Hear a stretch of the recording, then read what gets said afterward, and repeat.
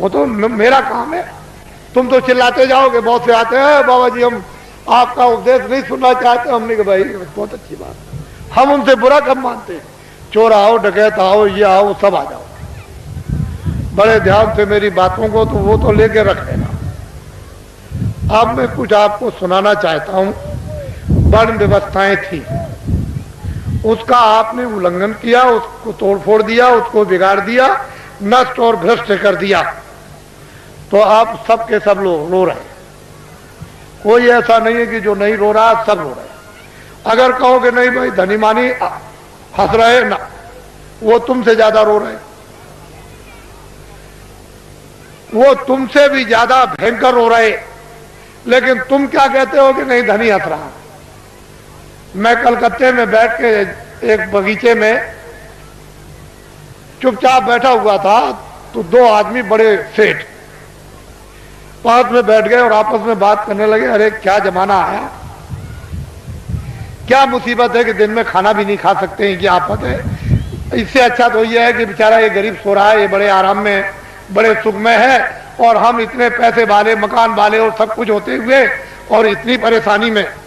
तो हमने कहा अरे सेठ जी क्यों आप चिल्ला रहे हो, पहले तो तुम ये देखो कि ये जो सो रहा है वो कौन है, उसको जगाओ। उसको जगा गया, भाई तुम कौन हो। कह लगे अरे बाबूजी हम तो ठेला चलाते हैं।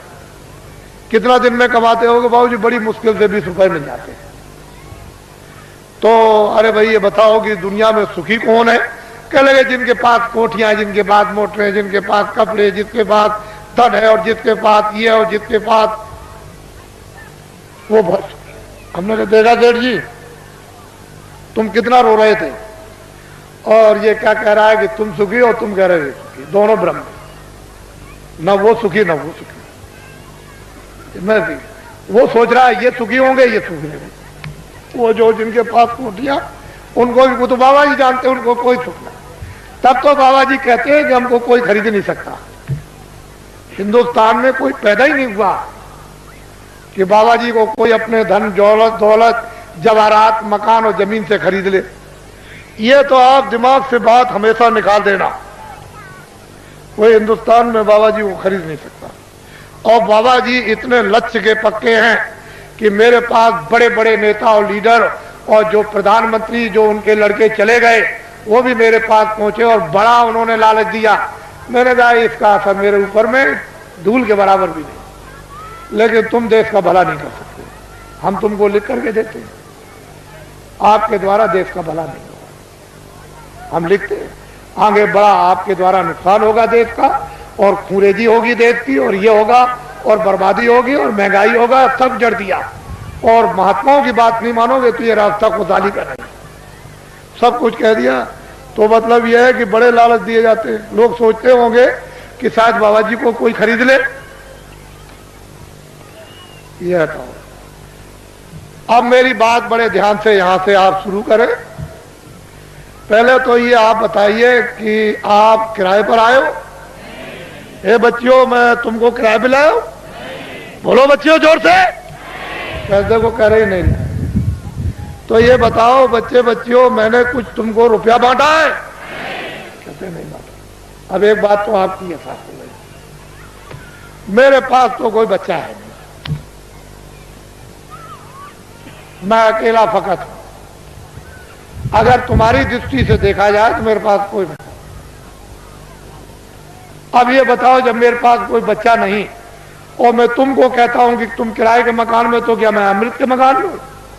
मैं भी किराए के मकान में, आपको भी छोड़ना मुझे भी छोड़ना।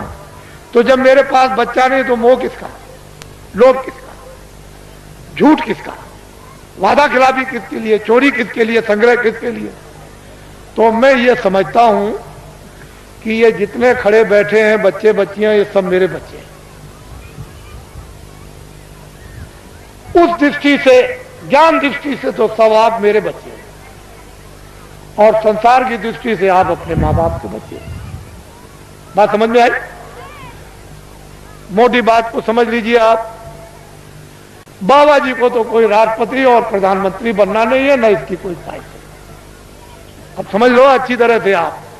कहीं आप सोचने लगो कि नहीं बाबा जी को कोई ख्वाहिश हो, अरे हमको राष्ट्रपति की और प्रधानमंत्री की भाई, हमारे पास तो जनता, इतनी जनता रहती है, और क्या है? जो झूठ बोला जाता, धोखा दिया जाता, बेईमानी की जाती, चोरी की जाती है, लोगों को सताया जाता, लोगों का धन इकट्ठा किया जाता, वो तो सब ये सब ये। तो ये भी आपको पता चल गया कि बाबा जी न प्रधानमंत्री बनते, न बनेंगे, न ख्वाहिश है, न इच्छा, न राशि। अब ये बातें बिल्कुल आपके सामने साफ हो गई। अब दूसरी बात तो अब कुछ नहीं। अब ये उत्तर प्रदेश में जो ये कहा गया है, अखबारों और रेडियो पर बड़ा जोरदार भाषण जो सीधा दिया गया है, तो लोगों ने सोचा होगा कि अरे भाई बहुत अच्छा है, देश में बड़ी तकलीफ, सूखा और अकाल की आ गई, और बड़े लोग जो हमारे नेता और लीडर है बड़ा ध्यान रखते हैं, बड़ा ख्याल। असल में जब सत्याग्रह चल रहा था तो इन्हीं नेताओं और लीडरों को लोग क्या कहते थे? देवता है, देवता। अरे हिंदुस्तान के लोगों, जब देश में 30 साल सत्याग्रह चल रहा था, उस समय पर कहा गया था कि अपने देश का कपड़ा तुम कपास पैदा करो खेतों में, और उसका मोटा दरी के बराबर सूत बुनो, और उसका तुम कुर्ता बनो और पैजामा या धोती, और वो उसका नाम है खद्दड़, उसको तुम पहनो तो देश आजाद हो जाएगा। हमने 30 साल ये सुना। क्षमा कीजिएगा, माफ कीजिएगा, ये सब स्पीचें पूरी 30 साल सुनी और अंग्रेजों का राज होश में देखा। उनके कर्मचारी, अधिकारी, और उनके अगर कहीं कोई घटना हो जाए, कहीं पर कत्ल की घटना हो जाए, तो सारे जिले के अधिकारी टूट पड़े। मजाल है। लेकिन क्या है? 6 पैसे तोला चांदी मेरे सामने, शुद्ध प्योर, कहीं मिलावट का नाम निशान नहीं। 12 रुपए तोला सोना मेरे सामने बिकता था। 6 पैसे मजदूर को मजदूरी मिलती थी, और बेईमानी का नाम नहीं था, और पूरा गुजारा होता था मेरे सामने। 1 रुपए का 60 किलो चावल, 60 किलो गुड़ और 60 किलो चना बाजार में बिकता था। देहातों में तो छोड़ दीजिए। और सब लोग, ये इनकी व्यवस्थाएं बनाई हुई थी कि 1 इंच की भी जमीन किसी के पास नहीं है तो बड़ा ही तुम चले आओ खेत में, 1 बोझा बांध लो, लोहार बांध लो, धोबी बांध लो, ब्राह्मण बांध लो, जिसके पास जमीन नहीं खेत में आ जाओ 1 गट्ठा बांध के। और 100 घर गांव में हुए तो 100 गट्ठे उसके 1 फसल पर हो गए। 2 फसलें होती थी 6 महीने के बाद। 100 गट्ठे धोबी, 100 गट्ठे बड़ई, 100 गट्ठे नाई, 100 गट्ठे ब्राह्मण, ये बांधते थे। और उस वक्त में 1 गट्ठा वो तो 200 गट्ठे हो गए एक के पास। क्या जरूरत है उसको खेती जोतने की और खेती रखने की? उसका तो पूरा। और ये हमारे छत्री और ब्राह्मण चुपचाप बच्चों को भेज दें, चले जाओ नाई के पास अनाज है, बड़ई के पास रखा हुआ, धीरे से सफाई पर ले आओ। और ये चुपचाप बेच करके बच्चों को अनाज रात को अंधेरे में, कि हम फसल आएगी घर में अब नहीं है तो जाओ ले आओ, और मैं ब्याज के सफाई पर दे देंगे। हमने देखा ब्याह शादी में ये छत्री और ये ब्राह्मण उन छोटे लोगों के काम, कपड़ा देना, ये देना, वो देना, अनाज देना, दूध देना, और फिर घी देना, लकड़ी देना। किसी तरह की छोटे को कोई तकलीफ नहीं हो पाती थी। हमने देखा। कोई छोटों के साथ अन्याय तो कर ले, हम देखते थे। तो हमने देखा 30 साल सत्याग्रह देखा। क्षमा कीजिएगा, 48 में आजादी मिली, 5000 भी हिंदुस्तान में खद्दड़ पहनने वाले नहीं थे। समूचे हिंदुस्तान में पाकिस्तान को भी मिला दिया जाए, उसमें भी, और लंका को भी मिला दिया जाए, तो 5000 हिंदुस्तान में खद्दड़ पहनने वाले नहीं थे। जब यह कहा गया कि देश आजाद हो गया, खद्दड़ पहन लो, कह लगे हम नहीं पहनेंगे। अपने घर और मकान कौन जलवाएगा, कौन बर्बाद कराएगा, इतना खौफ था। और एक दिन की आवाज पर इन बच्चों ने 1 करोड़ ने टाट।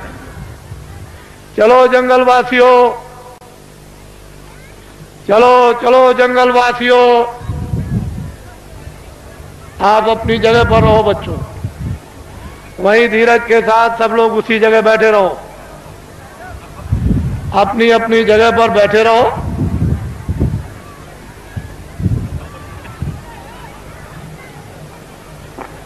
सब लोग बैठे रहो और अपनी आंखों से काम लो, कानों से काम लो, बुद्धि से काम लो। जल्दी चलो जंगलवासियों, एक दफे सबके सब भगवान को के नाम को बोलो जोर से, जय गुरुदेव।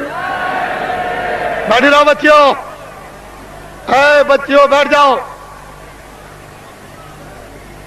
सबके सब बैठी रहो, वहीं बैठी रहो, घबराओ मत। एक ही साधे सब सधे। एक दिन की आवाज पर 1 करोड़ लोगों ने, इन बच्चों ने बोरा पहन लिया। इस देश के अंदर 1 करोड़ बच्चे बोरा पहने हुए हैं। कौन हिंदुस्तान में नेता और लीडर पैदा हुआ जो एक दिन की आवाज पर करोड़ों बच्चों को ये टाट, ये बोरा, ये जूट पहरा दे? इनको देखो आप, पहले इतनों को देख लो, अभी तो आप आगे बहुत कुछ देखना है। इनको देखो, ये आपके सामने आ रहे हैं, बदन पर बोरा तो नहीं पहरे। मर्यादा के लिए एक लंगोटी तो जरूर है, लेकिन इनको देखो आप।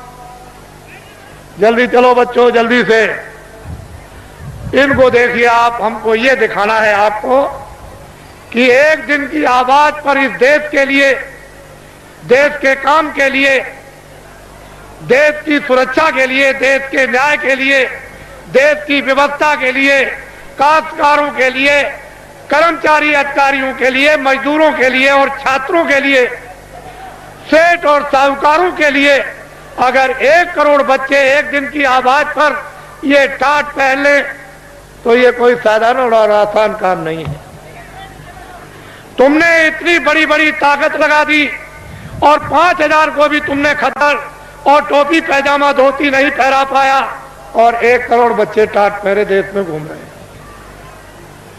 पहले तो लोगों ने सोचा था कि बाबा जी मजाक कर रहे होंगे। बाबा जी कोई किसी के साथ मजाक नहीं करते। इनको देखो अपनी आंखों से, बच्चे और बच्चियों बैठे रहो, वहीं से सब कुछ दिखाई देगा। क्यों घबराते हो? सब दृश्य दिखाई देगा, पूरा का पूरा। है तो रात अंधेरे में तो हो नहीं रहा, ये तो आपकी आंखों के सामने रोशनी में हो रहा। बड़े ध्यान से आप इनको देखें और हमारी बातों को चुपचाप शांति से सुने। कोई बोलेगा नहीं बैठाने वाला। अपनी अपनी आवाज को बंद रखो। इनको देख लीजिए आप, फिर इस बात को बड़े ध्यान से सुने कि दिल्ली की लोकसभा में 1 साल का खर्चा जो एमपी जो दिल्ली में उस पार्लियामेंट लोकसभा में बैठते हैं, साल भर का लोकसभा का केवल खर्चा 35 अरब का। कितने अरब का? जोर से बोलो। 35 अरब का। इस भारत की आबादी यानी भारत की जनसंख्या 2 अरब की। कितने अरब की?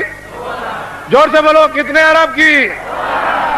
मैं आपकी बुद्धि से पूछना चाहता हूं कि दिल्ली की लोकसभा में एमपी बैठ करके, शासन करने वाले बैठकर ढंडोरा पीट कर रखवार रेडियो पर कि 80 करोड़ 80 करोड़ और 80 करोड़ का लोकसभा में बैठ करके बजट बनाया जाए, तो मैं आपसे मोटी बुद्धि से पूछना चाहता हूं, 2 अरब की आबादी को पूरा पड़ जाएगा? और रेडियो पर आपने जो ढंडोरा पीट रखा है और जो नसबंदी और गर्भपात आपने जो कुछ भी करवाया और 4-4, 5-5 महीने के बच्चों को जो आपने गिरवा दिया, क्या ये हत्या नहीं है? ये अपराध नहीं है? अंग्रेजों के राज में एक भी अगर गर्भपात गिराया जाता था और पता चल जाए अधिकारियों को, तो न्यायालयों में जाकर के उसको सजाए मौत की सजा होती थी। आए देशवासियों, क्या वो कोई कानून नहीं था?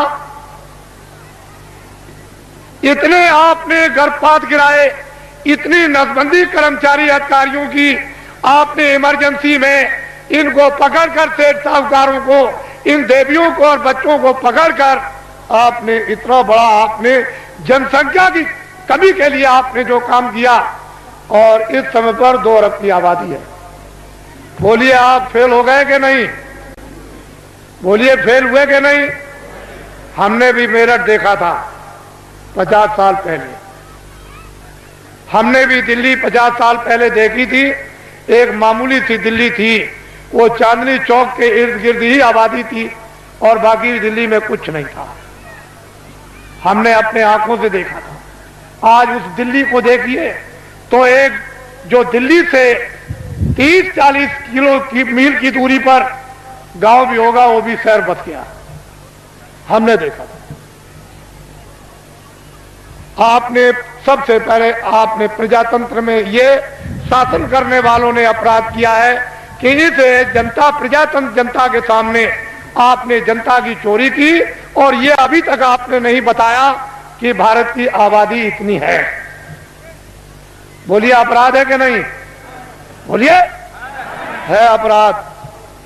ये सबसे बड़ा अपराध भारतीय संविधान ये कहता है, बड़ा भारी अपराध है।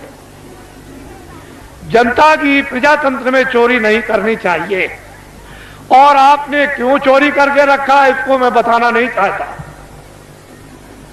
मैं आपसे सबसे ये पूछना चाहूंगा, आप तो गृहस्थ आश्रम में बाल बच्चों में रहते हो, क्या आदमी अपनी स्त्री से कोई घर का या बाहर का राज छुपा सकता? कोई आपका गोपनीय भेद आपका यानी स्त्री से आप छुपा लेंगे? तो जब घर का और बाहर का कोई भेद स्त्री से नहीं छुप सकता है, तो क्या कोई फरिश्ते ऊपर से उतर आए? मान लो अगर कोई विदेशी देश का आदमी विदेशी देवी से, औरत से शादी करे, तो शायद हो सकता है कि वो बहुत बड़ा हो गया है, वो अपनी स्त्री से अपना राज छुपा लेगा? नहीं छुपाएगा। तो ये बताओ कि देश का आदमी विदेशी औरत से शादी चलते फिरते में करे, मंदिर भी ना हो और मस्जिद भी ना हो और मुल्ला भी ना हो और पंडित भी ना हो और दरिया का किनारा भी ना हो और कोई मंदिर और मठ भी ना हो, गिरजाघर भी ना हो, और चलते में अगर शादी कर ले तो उसको राजा बना दोगे? तो आपने ये सबसे बड़ी गलती क्यों की? भारत के प्रधानमंत्री ने विदेशी स्त्री से शादी की है, और आपने ये अपराध क्यों किया कि उसको राजा बनाया? क्यों आपने ये अपराध कर डाला, ये बताइए। ये देश के लिए, जनता के लिए, ये अपने गौरव के लिए, अपनी जाति समाज के लिए ये क्या छोटा अपराध है?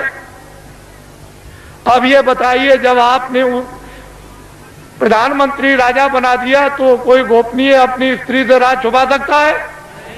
तो ये सिद्ध और साबित हो गया कि मंत्रालय का, फौज का और उनका, और जो योजना बनाते हैं, जो कमजोरियां हैं इस प्रजा की, इस जनता की, इस देश की, इस हथियारों की, उड़ने वाले हो, मारने वाले हो, जो कुछ भी फैक्ट्रियों का उत्पादन हो या संग्रह हो, वो सब विदेश में चला गया। मैं एक बात और आपको ये बताना चाहता हूं, उस समय पर ये राष्ट्रपति जो आए तब तो नहीं थे, लेकिन हमारे सरदार राष्ट्रपति थे जो रिटायर हो गए।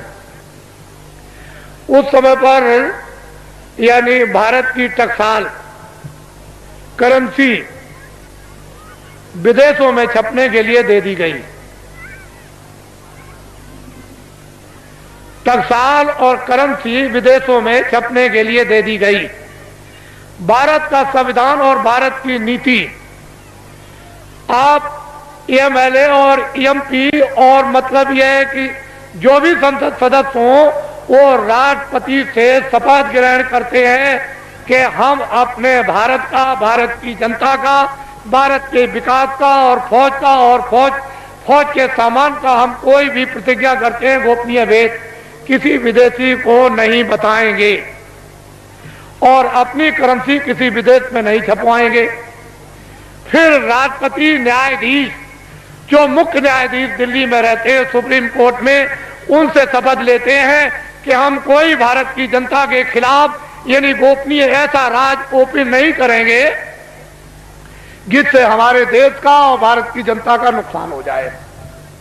और अगर आप ये गोपनीय राज भारत और भारत की जनता का, फौज और फौज के सामान का अगर आपने ओपन कर दिया तो संविधान का अपराध आप लोगों को लग गया।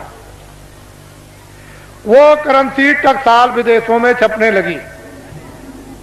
मैं ये बताना चाहता हूं कि जो टकसाल, जो करेंसी विदेशों में रुपया छप रहा और छपाया जा रहा और बताया जा रहा, क्या उस पर राष्ट्रपति के कोई हस्ताक्षर हुए?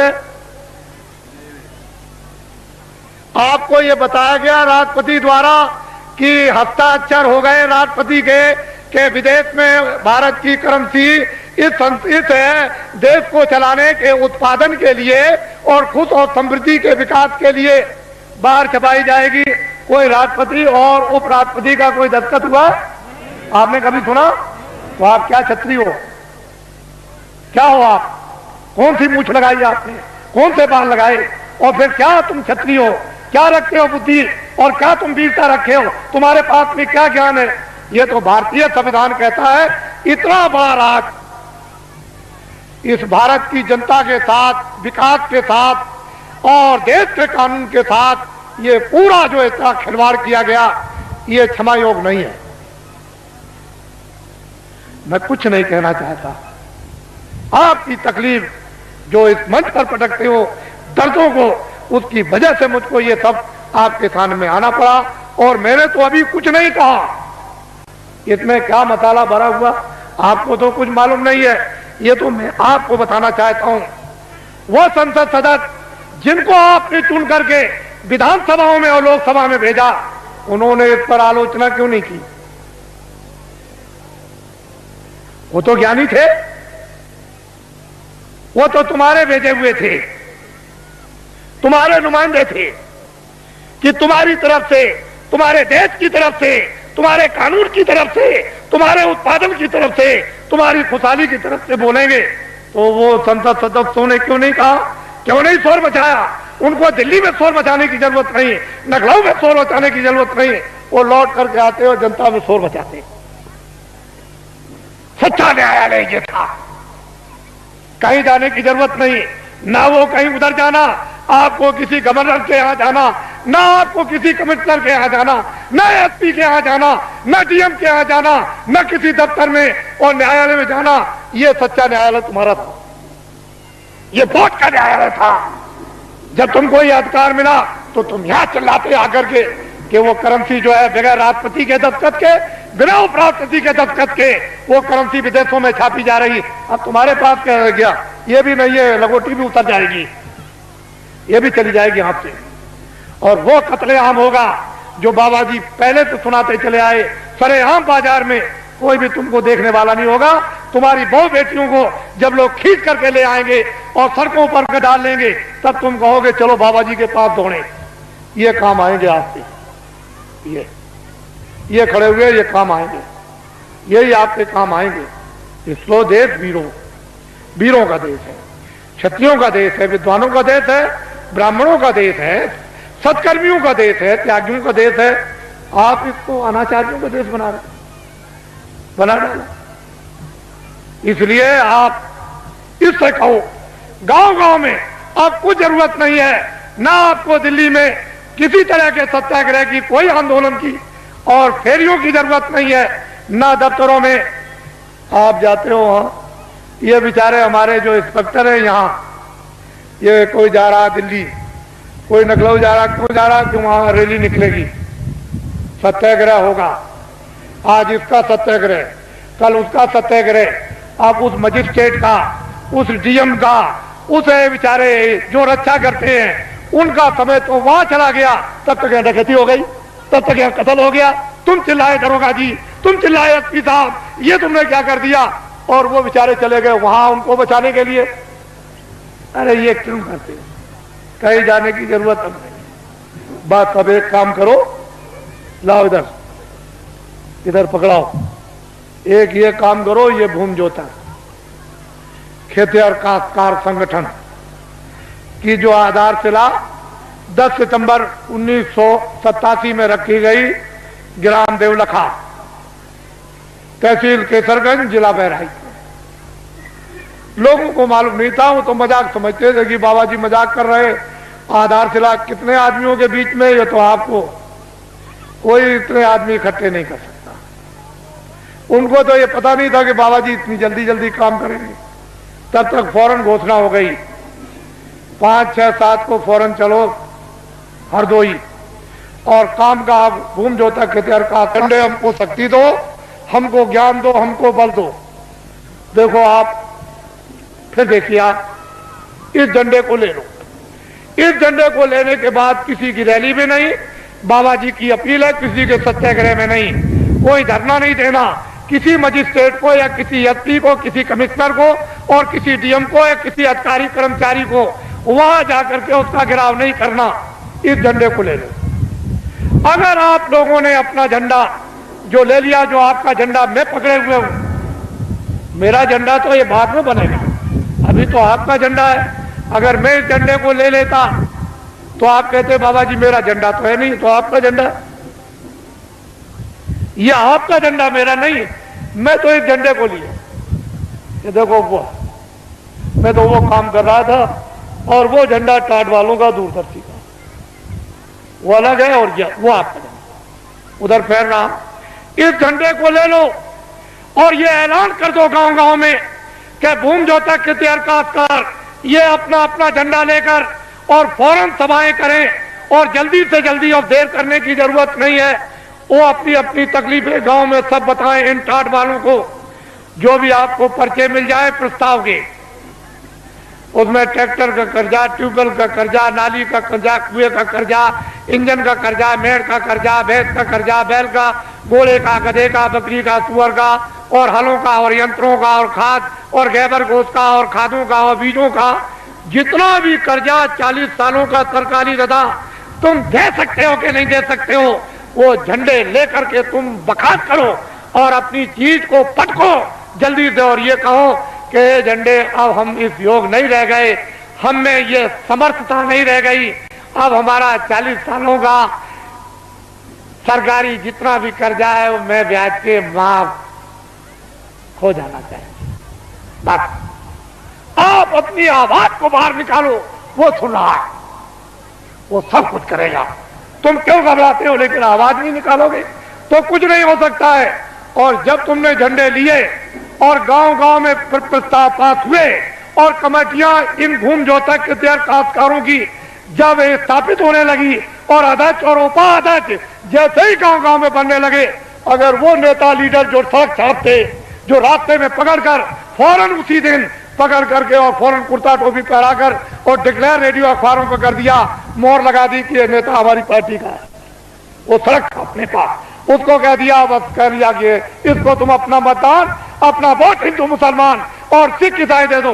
उस बेचारे को ये भी धोना नहीं आता था, ये पीछे से धोना भी, टट्टी पेशाब भी नहीं आती थी और सड़क छाप नेता बन गया, दिल्ली में एमएलए और एमपी बन गया। अधिकारियों तुम नहीं जानते हो, जो हम कहे उसको करना। अरे भाई कानून, अब कुछ नहीं, कानून को हम कुछ नहीं समझते, कानून रद्दी की टोकरी में डालो, जो हम कहते हैं वही कानून लीजिए, आपका भला क्या होगा। जब वो कहते हैं कि हम कहते हैं वो करो, कानून को रद्दी की टोकरी में डाल दो। ये सब अधिकारियों कर्मचारियों को पता है कि मेरे साथ जो सलूक किया जा रहा है, मैं बाबा जी सब जानते हैं। ये सड़क छाप नेता बन गए और ये सड़क छाप नेता जो सड़क पर बन करके फौरन उनको मोहर लगाकर और आपसे वो वोट दिलवा दिया।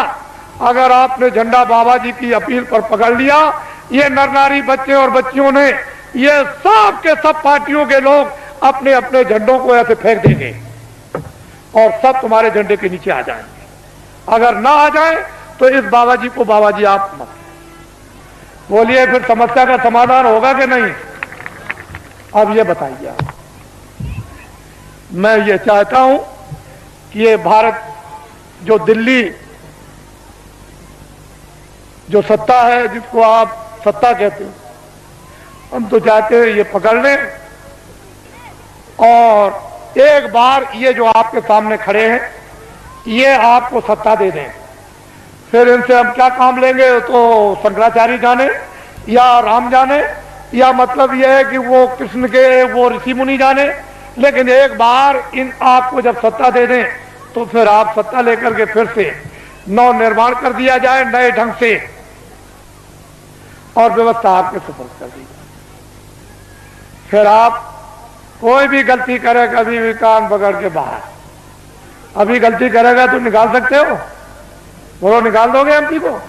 बोलो, किसी मिनिस्टर को निकाल दोगे? नहीं निकाल दोगे। तो तुम्हारा अधिकारी क्या रह गया? जिस आदमी को वोट देने का अधिकार, उसको पूरा पूरा राइट उसको निकालने का भी है, ये आपको मिलना चाहिए। ये नहीं मिलेगा आप कैसे? सामाजिक अधिकार ये सबको था कि समाज में न्याय के अधिकार सबको गांव गांव में थे, और सब बिना पैसे के न्याय गांव गांव में होते थे। वो अपने बच्चे को भी नहीं छोड़ते थे न्याय करने वाले, उनको भी सजा देते कि तूने गलती किया, 5 रुपए का प्रसाद ला करके वो बांट दे और माफी मांग, कान पकड़ के वो अपने बच्चों से भी माफी मंगवाते थे। तो आपके पास क्या कुछ नहीं। इसलिए गांव गांव में तो पहले भूमि जोतक खेती और काश्तकारों की सभाएं, फिर उसका अर्थ और मतलब, फिर उसके बाद उसका प्रस्ताव कामों का, उसके बाद है फिर उसका चुनाव। और जल्दी से जल्दी देर करने की जरूरत नहीं है, जल्दी करो। जितनी जल्दी तुम करोगे, अब तो वो रास्ता निकल आया, जितनी जल्दी करो उतनी काम आपका होगा। कुछ आप करो, कुछ मैं मेहनत करूं, और कुछ इसलिए मेहनत करा दूं और भगवान की कृपा हो जाए, जल्दी काम हो जाए। आपको तो चाहिए कर्मचारियों, अधिकारियों, सेठ और साहूकारों, सबके हितों, जनहितों के लिए ये बाबा जी ने पूर्ण रूप से योजना बना ली। हमको तो कुछ नहीं करना, हमको तो ये टाट की लंगोटी भी उतरवा के फेंकवा देना। और दिल्ली की जिस पार्लियामेंट में 35 अरब रुपया साल में खर्चा होता है, उस पार्लियामेंट को उठा करके और जंगल में फूस की पार्लियामेंट बनवा करके और साल में 10 ही करोड़ खर्चा हो। और इन लगोटी के या गैर लगोटी के द्वारा देश का एक बार संचालन करा दिया जाए और दुनिया को यह दिखा दिया जाए, ये हिंदुस्तान की बात नहीं, दुनिया को यह दिखा दिया जाए कि 40 वर्षों का हिंदुस्तान का सरकारी कर्जा लदा हुआ भूमि जोतक खेती काश्तकारों पर वो माफ, और कर्मचारी अधिकारियों को जितना वेतन, यानी छोटे से छोटा और बड़े से बड़ा 10,000 वो, और सेठ और साहूकारों की जो काली ब्लैक मनी है वो सब की सब बिना अपराध और बिना किसी टैक्स के ये सब की सब व्हाइट करवा दी जाएगी। और इस पर कोई किसी तरह का आपको लाइसेंस नहीं लेना है, सब लाइसेंस यानी फ्री कर दिए जाएंगे, और सबको छोटे बड़े कारखाना लगाने का इनको अधिकार दे दिया जाएगा कि तुम छोटा से छोटा, बड़े से बड़ा कारखाना लगा दो। आपको ये क्या मालूम, ये तो संकेत है, ये झंडा आपको पकड़ना है। इसलिए अब आप तैयारी करो कि आपने गलती की है, आपने अपराध किया है। एक तो वास्तव में मानवता का, इंसानियत का अपराध, फिर विधान का अपराध, फिर ईश्वर की तरफ से, फिर ऋषि मुनि महात्मा रामायण गीता की तरफ से, आप कुरान की तरफ से गुनहगार। अब गुनाह आपका कब जाएगा? ये जो आपकी दौलत को लोगों ने पनडुब्बियों में, तोपों में, हवाई जहाजों में, इसमें सामान के लाने, सामान के ले जाने में, हीरे जवाहरात की खदानों में इकट्ठा करने में, और फिर ये योजनाओं के बनाने में, और बाहर से जो कर्जा ले आए उसमें से 75% ये सब खा गए विदेशी बैंकों में। 22 मुल्कों में, यही आपके पास में नेपाल है, यहाँ के मिनिस्टरों ने, लोगों ने इतना रुपया नेपाल की बैंकों में जमा कर दिया है। इतना रुपया जमा किया, अगर नेपाल का ही खाली रुपया हिंदुस्तान का जमा किया हुआ अगर वापिस आ जाए तो जितना भी बाहर से आप कर्जा ले आए हो वो कर्जा और ये ब्याज, ये पूरा का पूरा अदा हो जाएगा और बहुत सा विकास भी हो जाएगा। इतना यार नेपाल में रुपया आपका जमा, जो भारत की गरीब जनता का आपने जमा किया है, और ये सब कुछ पता चल गया है। इसकी सबकी इंक्वायरी कौन कराएगा? ये भूमि जोतक खेती और काश्तकार ये कराएगा। हमने तो ये कह दिया है कि दफ्तरों का ऑडिट करवा दिया जाए तो 20-20 साल की सबको सजा होगी, लेकिन हमने अपने कर्मचारी अधिकारियों को पूर्ण रूप से जनता के सामने बता करके निकाल दिया कि ये कोई भी मतलब ये भ्रष्ट नहीं है,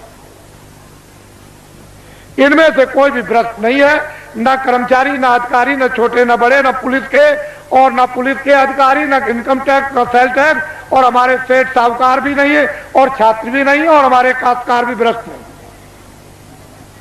ये व्यवस्था भ्रष्ट है। इसलिए हमने अधिकारियों कर्मचारियों को निकाल दिया और जनता से अनुरोध किया है कि कभी भी ये मत सोचना कि अगर कभी तुम कहो कि ऑडिट कर दिया जाए तो देखें कौन, तो ये गुनहगार और ये अपराधी नहीं है, ये बिल्कुल आपके सामने छोड़ दिए गए। अब ये कौन आएगा गिरफ्त में, जहां से संचालन होता है, ये तो उनके ऊपर आकर के पड़ेगा कि आपने कर्मचारी अधिकारियों को काम क्यों नहीं करने दिया। तो कहीं ना कहीं तो बात फंसेगी आकर, लेकिन ये बिल्कुल निकल जाएंगे।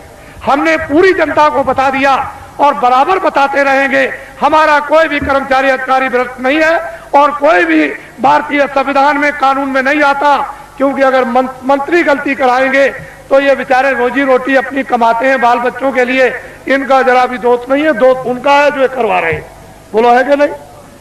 करवाने वाले का दोष है, इनका कोई दोष नहीं। अगर इनके पास जमीन होती और जागीर होती तो इनसे कह देता कि नौकरी छोड़ दो, लेकिन अब जमीन और जागीर नहीं है तो मैं कह भी नहीं सकता, फिर नहीं कह सकता। इसलिए कोई दोषी नहीं है, आप इस पर गंभीरता से आप विचार करो। अब आइए एक आपको पहले एक कहानी सुना दे। एक राजा का राज था, राजा के राज में प्रजा बड़ी सुखी थी। अपनी जगह बैठे रहो बच्चों, राजा अभी बैठे रहो देर लगेगी, अभी बैठे रहो देर लगेगी। राजा के राज में प्रजा, अभी सब चीजें देखो, अभी देर है। राजा के राज में प्रजा बड़ी दुखी थी, सुखी थी, हर तरह से संपन्न थी, न्याय से, खुशहाली से, समृद्धि से, सोने से, चांदी से, कपड़ों से, अन्न से, व्यवहार से, उठने से, बैठने से, सेवा से, मोहब्बत प्यार से, सबसे सुखी थी। 2 बच्चे थे, राजा ने अपने बच्चों को महात्माओं के आश्रम में पढ़ने के लिए भेज दिया। अकस्मात कोई सहयोग की बात, अकस्मात राजा का देहांत हो गया। प्रजा बहुत रोई, मेरा धर्मात्मा, मेरा बड़ा पुण्यात्मा, मेरा राजा, बड़ा अच्छा राजा हमारा चला गया, अब हमारी देखभाल कौन करेगा। तो लड़कों को बुलवाया विद्वानों ने कि भाई बिना राज के राज तो ठीक नहीं है, तो इसलिए एक काम करो कि अब भाई ये तो स्थान ग्रहण कर लो। तो जो बड़ा बच्चा था उसको बैठाया कि अब तुम राजा बन जाओ, ये तुम्हारी प्रजा और तुम राजा हो जाओ। राज तिलक कर दिया, गद्दी पे बैठा दिया और सुना दिया प्रजा को ये राजा हो गया और तुम्हारी अब देखभाल करेगा। उस बेचारे को अनुभव तो कुछ था नहीं पूरा, क्योंकि अब महात्माओं के आश्रम में जब गए थे तो पढ़ा तो नहीं। बस थोड़े दिनों के बाद प्रजा दुखी रहने लगी, प्रजा में गड़बड़ी होने लगी, प्रजा रोने और चिल्लाने लगी। राजा बहुत कुछ सोचे कि मैं क्या करूं, मैं बहुत उपाय करता हूं लेकिन प्रजा को कोई सुख नहीं मिल रहा। तो होते होते प्रजा चिल्ला पड़ी, राजा खराब है, राजा खराब है, राजा खराब है। किसी ने कहा कि अरे भाई आपकी सारी प्रजा कह रही राजा खराब, एक महात्मा जी पहाड़िया पर रहते हैं, तो तुम चले जाओ और जाकर के उनसे प्रार्थना करो कि हमारे राज पर संकट आ गया, तो इस संकट को किसी तरह से कृपा करके दूर कर दीजिए। राजा गया, बेचारा गया पहाड़िया पर, देखा वहां महात्मा, उनको प्रणाम किया और कहा कि राजन तुम आप कैसे आए, इतनी देर तुमने कैसे की? कहने लगे महाराज मुझे तो मालूम था नहीं कि इस पहाड़िया पर कोई महात्मा रहते हैं कि तुम्हारे राज में, तुमको ये नहीं मालूम कि महात्मा रहते कि नहीं रहते, फिर तुम्हारा राज कैसा? चले महाराज बड़ा संकट आया है, कृपा कर दीजिए हमारा संकट प्रजा का चला जाए। और सारी प्रजा रो रही, तो उन्होंने कहा अच्छा एक काम करो, किताबों में लिखा हुआ है कि प्रजा पर, परिवार पर, शरीर पर कोई संकट अगर आ जाए, चाहे राजा हो, तो भगवान नाम का जाप करा ले तो ये तकलीफ दूर हो जाएगी। जाओ अपने राज में बड़े बड़े विद्वानों की खोज करो और खोज करके महल में बैठा करके भगवान नाम का जाप करा लो, तो तुम्हारा और प्रजा का संकट कम भी हो जाए, हो सकता दूर भी हो जाए। राजा उधर से आए, अधिकारियों को भेज दिया कि जाओ तुम चले जाओ विद्वानों की खोज करो। एक विद्वान मंदिर में जल चढ़ा रहे थे शिव जी के, जब बाहर निकल के आए तो देखा चंदन लगा हो। आप कौन है? कह लगे मैं तो ब्राह्मण हूँ। कह लगे बस आप ही की तो तलाश के लिए मैं आया था, और चलिए चलिए राजा ने आपको याद किया है, जल्दी चलिए आपको और कुछ नहीं करना, राज पर संकट आ गया, भगवान नाम का जाप कर दो, आपको दक्षिणा मिलेगी। जब वो गए तो सब सामग्री देकर के जाप करने के लिए बैठाया, तो ब्राह्मण बोले, कह लगे भाई ठहर तो जाओ, जरा हमको सोच लेने दो कि हम शंकर की का जाप करें कि राम का जाप करें कि कृष्ण का जाप करें कि देवी का जाप करें कि गंगा जमुना का। कुछ देर तक वो सोचते रहे, जब उनकी समझ में कुछ नहीं आया तो धीरे से वो बोलने लगे कि क्या जाप करूं क्या न करूं, कौन सा जाप करूं कौन सा न करूं, किस नाम का जाप करूं किस नाम का न करूं। धीरे धीरे बोलने लगे कि क्या जाप करूं क्या न करूं, क्या जाप करूं क्या न करूं, क्या जाप करूं क्या न करूं, क्या जाप करूं क्या न कर जाप। ये भगवान नाम का जाप होने लगा। तब तक किसी ने कहा राजन एक विद्वान को और बैठा दीजिए तो राज का संकट जल्दी दूर हो जाएगा। तो अधिकारियों को भेज दिया, एक ब्राह्मण को और पकड़ ले आए। कह लगे महाराज आपको दक्षिणा मिलेगी, आपको क्या करना, भगवान नाम का जाप करना, राज पर संकट आ गया वो दूर होना चाहिए। दूसरे ब्राह्मण आए, जब वो बैठ गए तो कहा महाराज अब जाप कीजिए। उनका भाई ठहर जाओ। उनसे जरा होशियार थे, उन्होंने सोचा कि भाई ये कितने दिनों से जाप कर रहे हैं, तो कई दिन उनको लग गए। ये किस नाम का जाप कर रहे हैं, तो वो धीरे धीरे कहते थे क्या जाप करूं क्या ना करूं, क्या जाप करूं क्या ना करूं। तो दूसरे विद्वान कहने लगे जो ये करे सो मैं करूं, जो ये करे सो मैं करूं, जो ये करे सो मैं करूं, जो ये करे सो मैं करूं, जो ये करे। तब तक किसी ने कहा कि राजन अगर एक विद्वान को और बुला करके बैठा दो तो राज संकट जल्दी दूर हो जाएगा। तो दौड़े अधिकारी दौड़ाया तो तीसरे ब्राह्मण को और पकड़ लाए। वो दोनों से होशियार, उनसे कहा महाराज आपको अच्छी दक्षिणा मिलेगी, भगवान नाम का आप जाप कर दीजिए। तो जब बैठ गए तो उन्होंने कहा भाई ठहर जाओ, मुझे सोचने दो, विचारने करने दो, जाप करने के लिए तुम्हें आए। उन्होंने सोचा कि पहले वाले विद्वान क्या जाप कर रहे हैं। तो पहला कहता है कि क्या जाप करूं क्या ना करूं, दूसरा कहता है जो ये जाप करे सो मैं करूं, तो तीसरा कहता है कि धांधली कब तक चलेगी, ये धांधली कब तक चलेगी, ये धांधली कब तक चलेगी, ये धांधली कब तक चलेगी। तब तक किसी ने कहा राजन तुम्हारे राज का सब नाश हो जाएगा। अरे तीन विद्वान जाप के लिए नहीं बैठाए जाते हैं, ये त्रिदोष हो जाएगा तो राज में संपात हो जाएगा। चौथे विद्वान को जल्दी खोजो और उसको ले आओ, तब राज संकट जाएगा। तो दौड़ पड़े अधिकारी, चौथे को पकड़ ले। जब चौथे आए तो तीनों से चौथे होशियार। उन्होंने सोचा कि भाई पहले वाले तीन क्या कर रहे हैं। तो एक कहता है कि क्या जाप करूं क्या ना करूं, क्या जाप करूं क्या ना करूं। तो दूसरा कहता है जो ये करे सो मैं करूं, जो ये करे सो मैं करूं। तो तीसरा कहता है ये धांधली कब तक चलेगी, ये धांधली कब तक चलेगी। तो चौथा कहता है कि जब तक चलेगी जब तक सही, जब तक चलेगी जब तक सही, जब तक चलेगी जब तक सही, जब तक चलेगी जब तक। ये चारों जाप कर रहे हैं। एक कहता है कि क्या जाप करूं क्या ना करूं, दूसरा कहता है जो ये करे तो मैं करूं, तीसरा कहता है ये धांधली कब तक चलेगी, ये धांधली कब तक चलेगी। तो चौथा कहता है जब तक भारत की जनता नहीं जगेगी तब तक चलेगी, जब तक भारत की जनता नहीं जगेगी तब तक चलेगी, जब तक भारत की जनता नहीं जगेगी तब तक चलेगी, जब तक भूम जो तक खितिया का तार नहीं जगेंगे तब तक ये धांधली चलेगी। किसी ने आकर के कहा कि राजन बड़े बड़े विद्वान भगवान नाम का जाप कर रहे, उसको देखा जाए। तो आगे कहा मंत्री ने कि चलो सिपाहियों, राजा जाप देखना चाहते हैं। सिपाही गए, विद्वानों से कहा कि अरे विद्वानों, मंत्री और राजा आपके जाप को देखने के लिए आ रहे। कह लगे कोई चिंता फिक्र मत करो, कब आ रहे, कितने बजे से आएंगे, इतने बजे से आएंगे, चल पड़े। बस वो सब के सब विद्वान जोर से बोलने लगे क्या जाप करूं क्या ना करूं, जो ये करे तो मैं करूं, जो ये करे तो मैं करूं, ये धांधली कब तक चलेगी, ये धांधली कब तक चलेगी। तो चौथा विद्वान कहता है जब तक राजा साहब नहीं आएंगे तब तक धांधली चलेगी, जब तक राजा साहब नहीं आएंगे तब तक धांधली चलेगी। तो राजा साहब ने जब कानों से सुना कि अरे, एक कहता है कि क्या करूं जाप करूं क्या ना करूं, दूसरा कहता है कि ये करे तो मैं करूं, तीसरा कहता है धांधली कब तक चलेगी, ये धांधली कब तक चले, चौथा कहता है जब तक राजा साहब नहीं आएंगे तब तक चलेगी। तो राजा साहब ने कहा अरे बदमाशों, मैं आ गया, अब तुम्हारी बदमाशी नहीं चलेगी।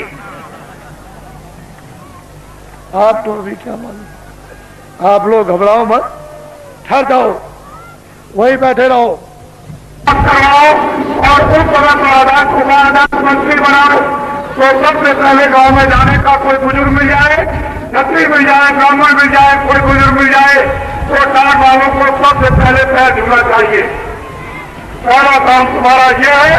और कभी भी तुम किसी अधिकारी के सामने और कोई भी छत्री मिल जाए, ब्राह्मण मिल जाए, पुरुष मिल जाए, उसके सामने तुम कभी कुर्सी पर मत बैठना। तुम्हारी कुर्सी ये जमीन है, खड़े हो जाओ, फिर पीछे घूम जाओ। ये जो बैठे विराजमान है ये आप सब आपके क्षेत्र के और के भी है, तो आप पहले इसको भी प्रणाम करो।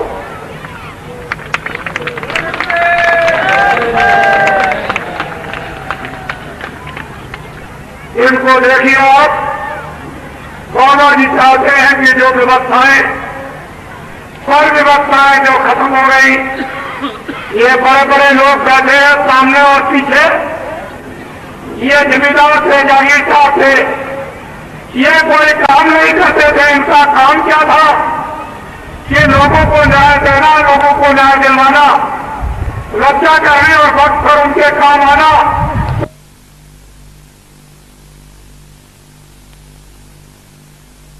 या नहीं,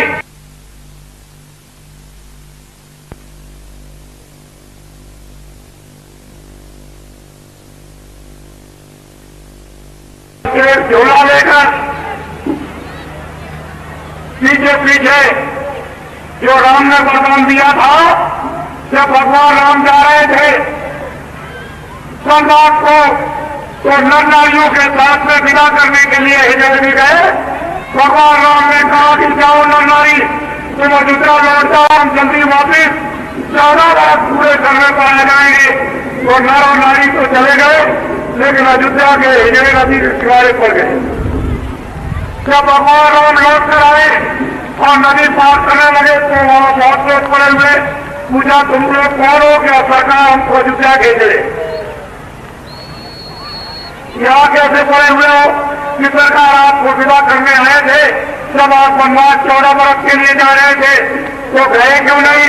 कि सरकार आपने नरनारियों को आदेश दिया था कि तुम अयोध्या लौट जाओ, हम नर नारी। तो हम सरकार से आपके आदेश के प्रति आपका आदेश नहीं हुआ तो ये पड़ गए। उन्होंने कहा जब तुम 14 वर्ष से हमारी तरह तुम समस्या करते रहे कि सरकार पूछ लीजिए आप। चले जाओ, हम बहुत प्रसन्न और खुश हो गए। हम तुमको ये वरदान देते हैं कि जब कलयुग आएगा तो दिल्ली का राज तुम हिंदुओं को दे दिया जाएगा। और ये छत्रियों की आन और शान खत्म हो गए हैं। छत्रियों आए ब्राह्मणों, हम चाहते हैं कि तुम्हारा खून बिल्कुल शुद्ध और साफ हो जाए और खून में ताकत आ जाए और तुम्हारी मूछ से भी लग जाए, शेर की मूछ लग जाए। और अब तुम्हारा ये फिर से खून साफ करने का और शेर की मूछ लगाने का ये काम है कि गाँव में तुम जल्दी से जल्दी चलो और होम योद्धा के साथ ये वैचारिक क्रांति का ये झंडा उनको पकड़ा दो। ये तुम्हारा काम है। अब तो तुम्हारा खून साफ हो जाएगा और तुम तुमसे सक्रिय सबसे कहलाओगे। ये तो परिश्रम करना ही पड़ेगा, इससे अब तुम बच नहीं सकते हो। ये तुम्हारे लिए बहुत उत्साह है और इससे भी अब कठोर काम आएगा। फिर तुम क्या करोगे? ये तो अभी सत्ता करो, खड़े हो जाओ और पीछे घूम जाओ। ये इस मैदान में हमारे बहुत से मनाना और प्रेरक का सामान आया है। ये लोग ये कहते हैं कि सामान का हमको पैसा दे दीजिए। क्या पता है ये सामान लेना हमको किराया मिले न मिले। ये अविश्वास महात्मा ऋषियों मुनियों के साथ कभी नहीं होता था। ये अविश्वास इसलिए सबसे पहले आप जिन लोगों ने अविश्वास इस धर्म में और धर्म के काम पर किया है उनको भी आप प्रणाम करो। और सबसे फासला से एक पैसे की गलती नहीं। और जो कुछ भी आपने सामान दिया है उसका आपको पूरा जो वादा किया है कि हम किराए पर देते हैं, पूरा किराया आपको मिलेगा। किसी को किसी चीज की घबराने की जरूरत नहीं। जब तुम आश्रम कराओगे, बाबा जी तुम सही बैठे रहे तो हमारे नाम से लाखों रुपए का सामान ला सकते हो। लेकिन लोग जानते हैं कि एक नए पैसे की गलती नहीं, हल हो जाओ, फिर पीछे घूम जाओ और फिर तेजी से पीछे घूमो। ये हमारे अधिकारियों ने बहुत मेहनत की, कर्मचारियों ने, और हमारे जो स्कूल का ये मैदान है छात्रों का, उन्होंने शायद लोगों ने जिन्होंने इस मैदान में योगदान दिया। खड़े हो जाओ, ये हमारी माताएं आई है जिससे तुम पैदा किए हो, फिर वो प्रणाम करो। ये हमारी माताएं हैं, तुम इनके पैदा हुए तो प्रणाम करो। इनके सामने तो वादा कर रहे हो, ये वादा एक भी झूठा नहीं होना चाहिए, क्योंकि ये वादे प्रतिज्ञा इनके सामने तुम बस समझ लो, जिन्होंने इनके सामने का वादा पूरा कर दिया बस समझ लीजिए, वो मुझे प्राप्त कर जाएगा। और माताओं के सामने का जिसने वादा पूरा नहीं किया वो समझ लीजिए आप कि चला गया। जैसे सोने की लंका रावण की चली गई वैसे ही खड़ा हो जाओ, फिर पीछे घूम जाओ और फिर सब पीछे घूमो। मैं जरा सबका दर्शन करूंगा, क्योंकि सब बच्चियां हैं, बच्चे हैं, सोचते हैं बाबा जी दूर खड़े हुए हैं तो जरा नजदीक से देख ले। सभी इच्छा करते हैं कि बाबा जी को नजदीक से देखा जाए, तो बैठे रहो, आप घबराओ नहीं, मैं उधर से आऊंगा और सबका दर्शन करता हुआ फिर जाऊंगा।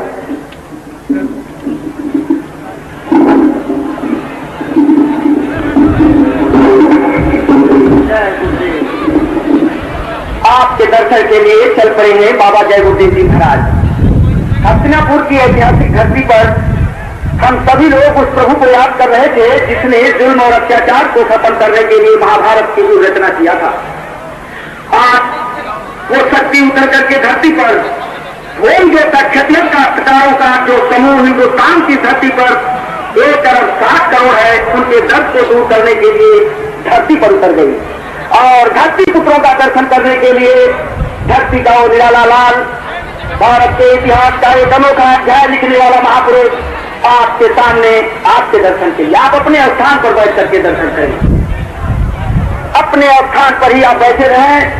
बाबा जय गुरुदेव जी महाराज अच दया करके आपका दर्शन कर रहे हैं और आप उनके दर्शन से जो लाभ उठा रहे हैं ये तो इतिहास और वक्त बतलाएगा। आपके आज होम ज्योता क्षत्रिय का संगठन के इस ऐतिहासिक सम्मेलन हस्तिनापुर में जो 29, 30 और 31 तारीख को संपन्न होने को था, आज उसका ये आखिरी और समापन दिवस है। समापन के अवसर पर दर्शन कर रहे लोगों, आप कितने ही भाग्यशाली हैं, इसकी सराहना देवतागढ़ भी नहीं कर सकते। आप सब अपने अपने स्थान पर बैठ करके ही दर्शन का लाभ लें, जिससे कि पीछे के लोग भी पूरी दर्शन की अभिलाषा से आए हुए हैं, उनकी भी अभिलाषा पूरी हो। बाबा जय गुरुदेव जी महाराज ने जो आप माताओं के सामने अपने भक्तों से जो प्रतिज्ञाएं कराई, देश के कर्मचारियों, अधिकारियों, देश साहूकार नौजवानों और देश के भूमि के क्षत्रिय काश्तकारों के संबंध में वो माताओं के सामने की हुई प्रतिज्ञाएं ये पूरा करेंगे। बीच में गुरु हैं आज इस हस्तिनापुर की ऐतिहासिक धरती पर। जय गुरुदेव।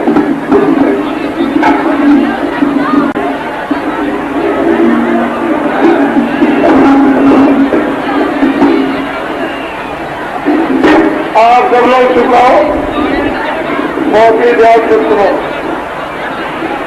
ये अवसर बार बार नहीं मिलता, बड़ी मुश्किल से ये अवसर मिला इनकी तरफ। तुम लोग सबके तो बैठ जाओ, सबके तो बैठ जाओ, बैठो जंगलवासियों, बैठ जाओ, बैठ जाओ, बैठ जाओ बच्चों,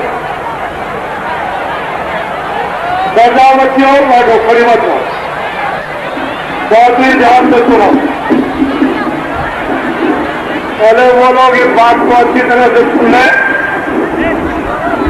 कि लखनऊ में कोई कार्यक्रम लखनऊ में कोई भी कार्यक्रम फरवरी में नहीं होगा। लखनऊ में कोई कार्यक्रम फरवरी में नहीं होगा। अगले महीने में कोई कार्यक्रम लखनऊ में नहीं होगा। मैं 13 फरवरी और 22 फरवरी के बीच में जा रहा हूं आपके सौराष्ट्र में भावनगर के पास, जहां पर सोमनाथ मंदिर है। वहां धूमजोता खिटियार खास लोगों ने वहां आह्वान किया है और बड़ी संख्या में, जहां सोमनाथ मंदिर है सौराष्ट्र में, उसी के पास में ये कार्यक्रम होगा। लेकिन तारीख उसकी 13 और 22 फरवरी के बीच में होगा। उसकी घोषणा मैं कल हो सकता है करूंगा, लेकिन आपके लिए तो उसमें कुछ नहीं, बड़ी दूर है और आप तो वहां जा भी सकते हो। ये वही के लोगों के लिए है। मैं लौट करके वापस आऊंगा तो मथुरा में होली का कार्यक्रम मथुरा में होगा।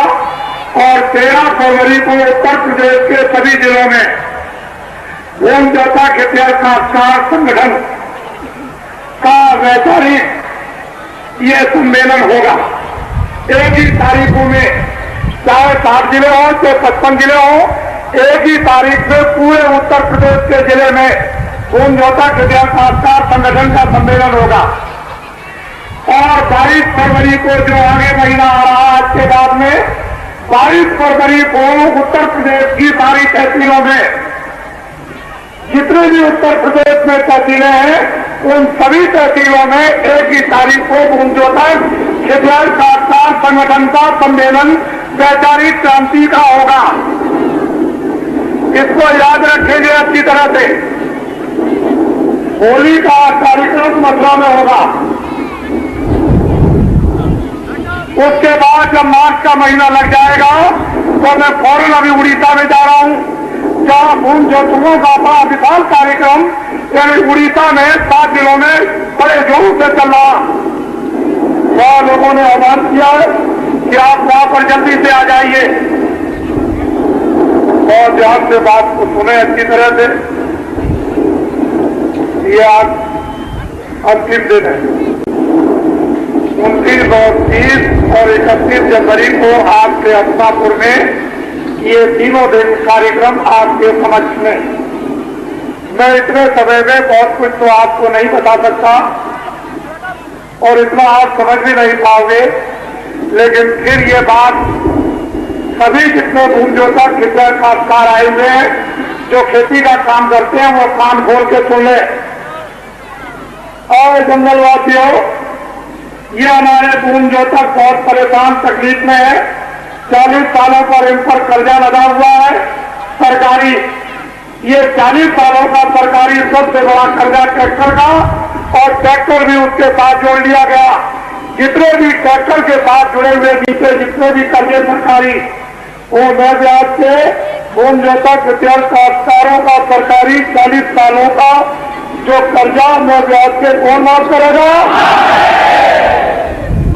पहले तो आप इनको देखिए, आपको तो हम छोड़ भी दें, लेकिन माताएं जो सामने बैठी हैं उनको नहीं छोड़ सकते। ये आपके सामने है और मेरे सामने है।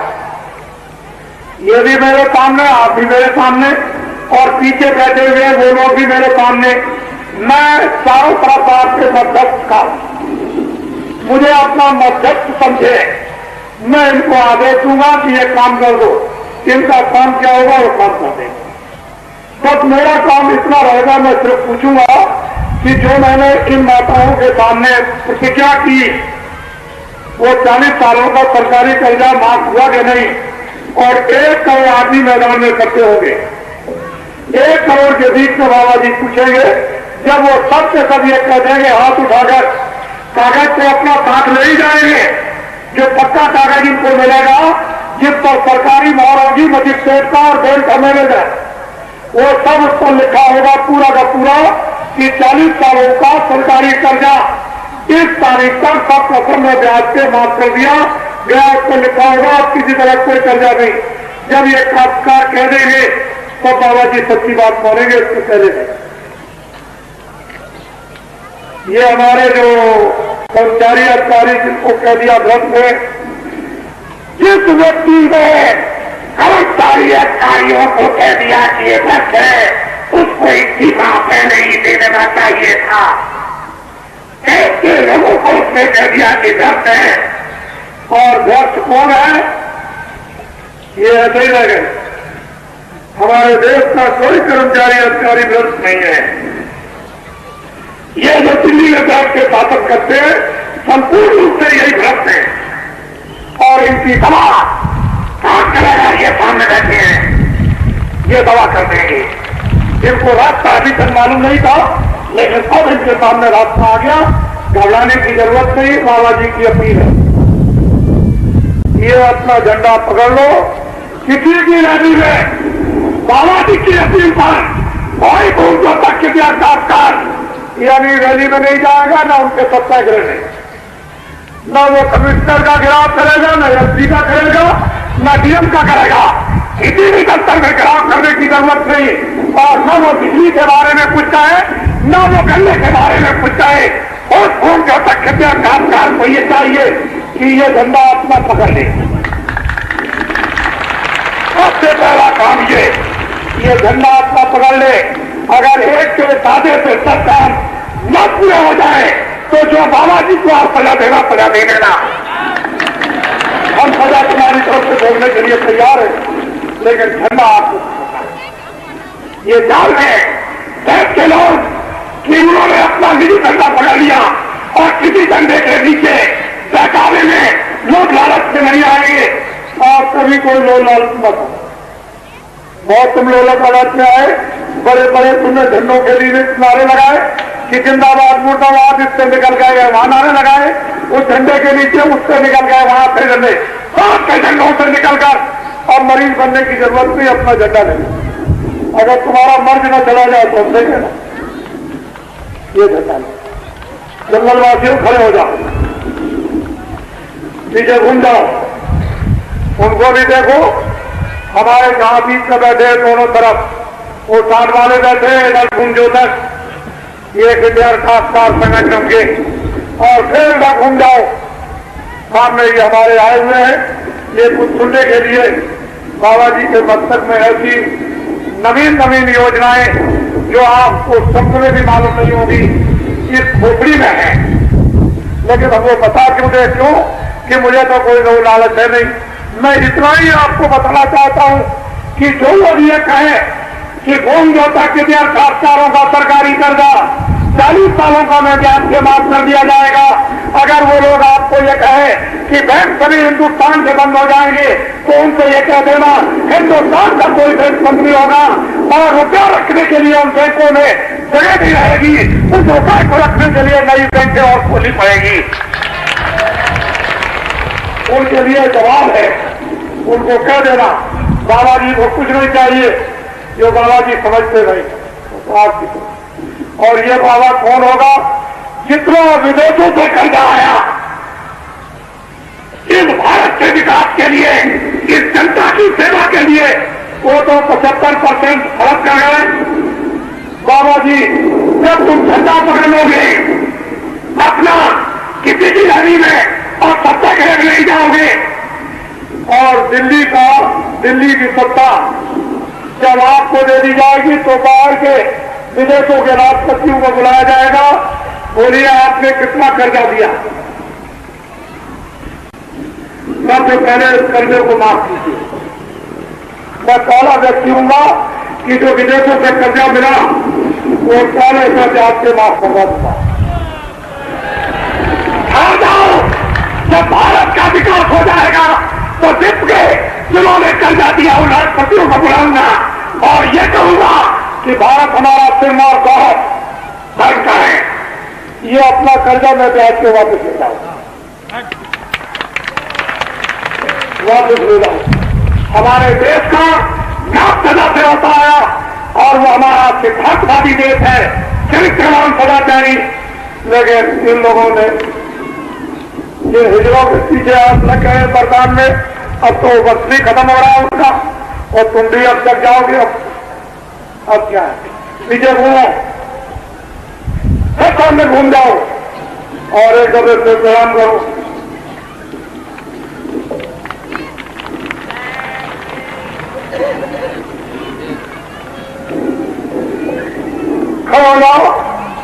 और हमारी तरफ देखो। और अब हम आप अपने आपको और हमको हम आप दोनों मिलकर खड़ा।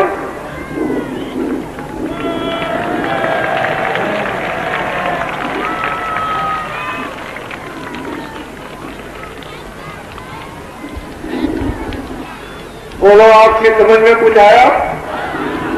बच्चों, आपकी समझ में कुछ आया? तो बच्चों, आप थोड़ा सा भजन भी कर लेना।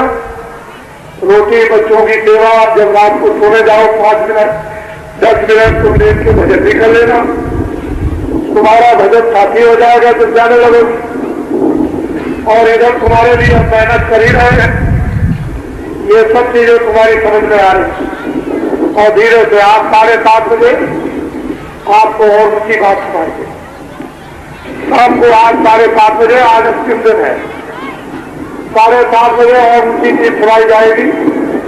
खड़े हो जाओ जंगलवासियों और उधर को घूम जाओ सूरज की तरफ। चलो सीधे चलो, चलो आने को जंगलवासियों।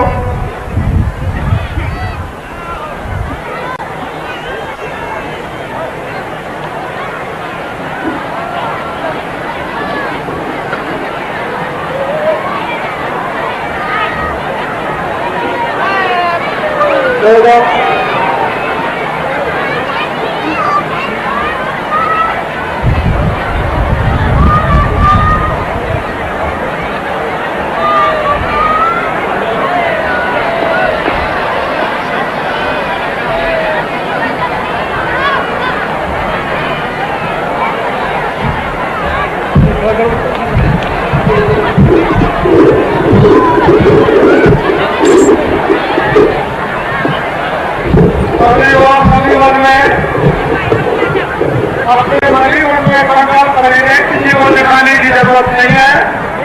गांव गांव में आप ये घटे पढ़ाने का आपका में होगा और हमारी इसको देखेंगे। ये फिर देखेंगे कि आपने क्या काम किया, कितनी आपने मेहनत की। ये बाबा जी फिर देखेंगे। बाबा जी ऐसे नहीं है कि आपको छोड़ करके इतनी जल्दी चले जाएंगे। ऐसा नहीं, जब एक बार पकड़ लेते हैं तो छोड़ना नहीं जानते। बोलो जय गुरुदेव, जय गुरुदेव, जय गुरुदेव।